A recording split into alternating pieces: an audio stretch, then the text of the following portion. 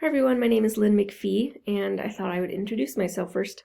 I graduated from the TESOL MA program in 2019, and then I worked at Selnay International School for a year. Now I'm back teaching at the ELC, and I'm working as the Reading Skill Area Supervisor. And I'm a little bit more casually dressed than I normally would be to present or teach. Today happened to be part of Spirit Week at the ELC. It was teacher-student swap day. But you can't see it. My t-shirt actually says, "I am silently correcting your grammar," and I just got a kick out of that. My presentation today is about routines for the beginning of class. And my goal was just to compile a bunch of different ideas for routines at the beginning of class. Some ideas are specific to like a reading class or writing class, a listening speaking class. Some ideas work for all skills.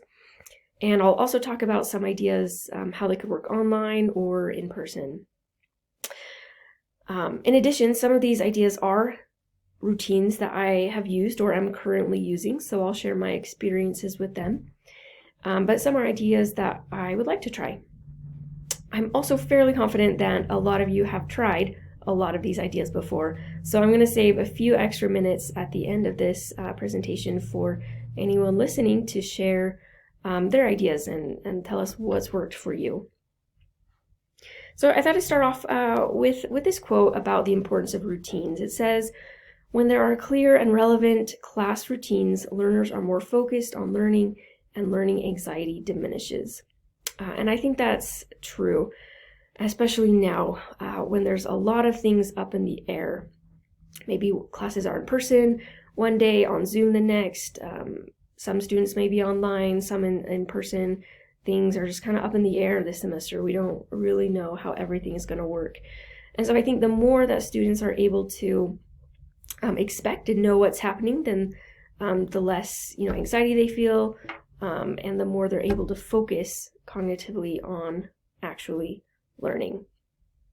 I also think routines, they save a lot of time in the class, less instruction time, and more valuable learning time. But I'm going to focus specifically on routines at the beginning of class. And I'm going to start off with some reading classes ideas. And the first one is just to bring more extensive reading into the class and read for about 10 minutes in class. I'm teaching 2 reading classes right now, and this is what we do. Our class periods are 75 minutes long, and so I've saved about 10 minutes at the beginning of every class just to read. And students can bring in their own materials. We're reading a class book, so that's what a lot of students have been doing. And sometimes at the end, I'll have them turn to a partner and summarize what they read, or I'll ask for new vocabulary questions, or have them write the main idea of what they read, some things like that. If you're doing some extensive reading in homework assignments, you could have students at the beginning of class turn to a partner and tell them what they read the night before. Get some practice with summarizing. This next idea is something that I'm doing as well. We're having student presentations about a news article. So I've asked them to read a news article and then sign up for, I think, 2 days in this semester.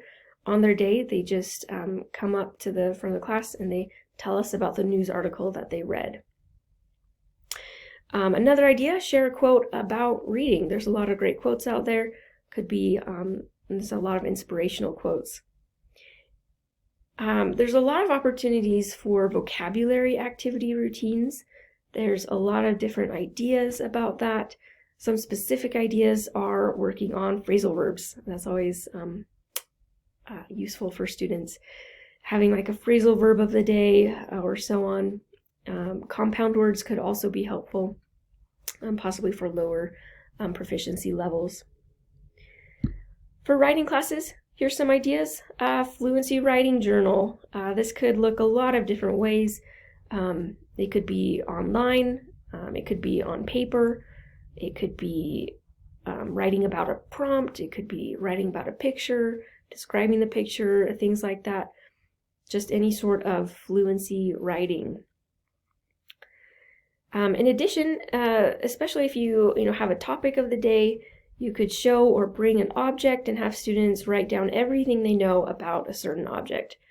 For example, write down everything you know about owls. Or what can you do with this object? What can you do with a lemon? Things like that. You can have students name 10 items about a specific topic. For example, name 10 foods that include an egg. Anything like that, kind of more specific. Get them creatively thinking. There's also a lot of inspirational quotes about writing and completing a comic strip. There's a lot of blank comic strips out there, having students be creative, start thinking, filling in the comic strip. Some of these ideas might work for every day. Some might be something to do weekly. So that's also something to keep in mind. Daily routines or weekly routines, and which fit best for which. For grammar classes, something I've done in the past is share a song with the target grammar that we'll be talking about today, or sharing a song with the target grammar from the day before as a review. And I feel like this worked especially well with online classes. We taught on Zoom, and it was really easy to share the screen. I would find a song that had a target grammar, for example, like the present progressive tense, and then I would find a YouTube video with just the lyrics and share that video. And a lot of times I would choose a song that I had never heard before, and then I had a student type in the chat, "I love this song, like this is my favorite song." So you never know what song students will know, but I think it caught their attention, had them paying attention to the grammar that we were learning. Other grammar class ideas, this could work as a review, having copy editing sentences or paragraphs, have the previous day's target grammar, have some errors that students have to fix somehow. Scrambled sentences are also helpful, especially working with word order, question word order, or anything like that. Have students put the words in the right order. There's a lot of different things to do with listening and speaking classes. The most obvious one is to have a speaking prompt of the day. This could be about a topic related to the class that day. It could be a controversial topic, so it could be like a mini debate. Have students think about each side and come up with their opinion and reasons. You could have students describe a picture, maybe for lower proficiency levels, have them describe what's going on in the picture. You could have would you rather questions. Other ideas include like fluency speaking for 1 minute without stopping. You could give students a topic and work in small groups where the student has to speak for 1 minute without stopping or without large pauses. You could simply have a catch up with your neighbor, ask your neighbor what's happened to them since the last time they were in class, things like that. This next idea is something that I haven't tried, but I think it sounds interesting, is having a random street view on like Google Maps. You can have a random street view and then like look around, and students would need to guess where it was. They could direct you, like go forward, okay, turn left, turn around, things like that. I think this one would work well with online or in person, with easily sharing your screen. And there's always a pronunciation focus. You can have a pronunciation focus of the day, or if it's a weekly routine, a pronunciation focus of the week, and just really practice a certain sound or certain intonation pattern or something like that. Here's a few ideas that could work in really any skill or a class that has a mixture of skills. Different types of short student presentations, similar to like the news article report. I have it listed here as well. I've done this. I've had students sign up for a day, and then on their day they're in charge of sharing a quote or sharing a thought.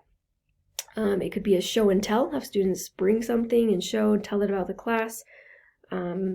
This works nicely with introductions or any fun facts about their country, things like that.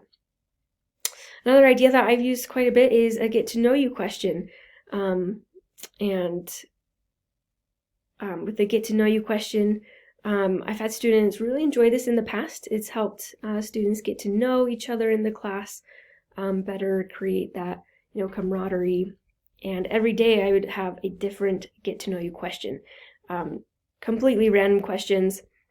It could be, what's your favorite movie, to what's your favorite smell I've used, or would you rather, any type of would you rather questions. I will say this has worked better with smaller class sizes. It has been a little bit more difficult with larger class sizes. You don't want it to take too long, but smaller class sizes really enjoyed the get to know you question, and they would walk into class and be looking forward to, oh, what's the question today? I wonder what it is. It's also a good idea to have students submit their own questions. Maybe if you have a few minutes, have students submit get to know you questions that they would like the class to answer, and use the students' questions in your get to know you questions. Other ideas include sharing an idiom of the day, sharing a comic of the day, introducing some humor, sharing a joke of the day, helping students start seeing different puns and thinking about the jokes, and cultural questions, a little cultural moment of the day. I haven't done cultural questions for an everyday routine, but I did have students submit some of their questions they have about the culture, about in the United States, or just the culture here in Provo. And I would answer one question at the beginning of every class. And the students really appreciate that. I think they liked having their questions answered. And it was also nice to have time to prepare an answer for some of the questions. I had them submit it one day, and then I just chose one for the rest of the week. So it's nice to have that time to prepare. So these were just a bunch of different ideas for reading classes, writing classes, grammar, listening, speaking, ideas that work for any class. I've shared some of my experiences about ones that I've used, and I would like to open it up now for anyone listening to share some ideas that you have used. So tell us what's worked for you. After that, we'll have some time for questions. Thank you very much.